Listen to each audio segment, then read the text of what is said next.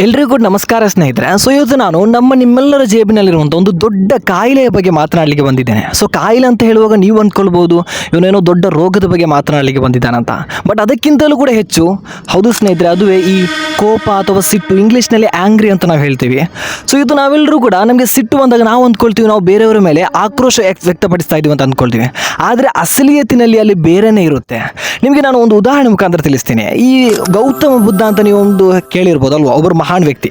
ಅವರೊಂದು ಮಾತು ಹೇಳ್ತಾರೆ, ಇವತ್ತು ನೀವು ಬೇರೆಯವರ ಮೇಲೆ ಸಿಟ್ಟು ತೋರಿಸೋದಂದರೆ ಸ್ವತಃ ನೀವೇ ಆ ಒಂದು ವಿಷ ತೆಗೆದು ಕುಡಿದು ಆ ಬೇರೆ ವ್ಯಕ್ತಿ ಇದೆಯಲ್ಲ ಆತ ಸಾಯಲಿ ಅಂತ ಕಾಯ್ದ ಹಾಗೆ ಅಂತ.